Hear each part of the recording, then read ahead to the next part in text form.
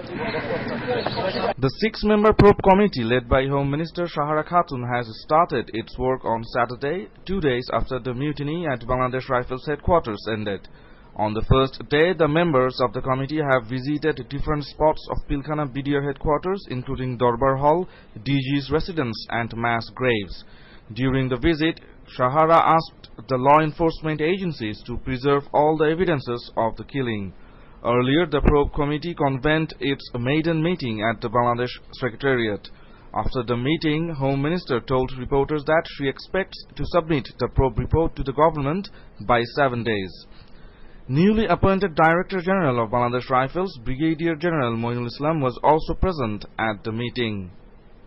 We have already taken some immediate action to regain the chain of command structure of the Bangladesh Rifles. Then we will execute some interim plans, but it will take some time. Every border post is secure, don't worry about it.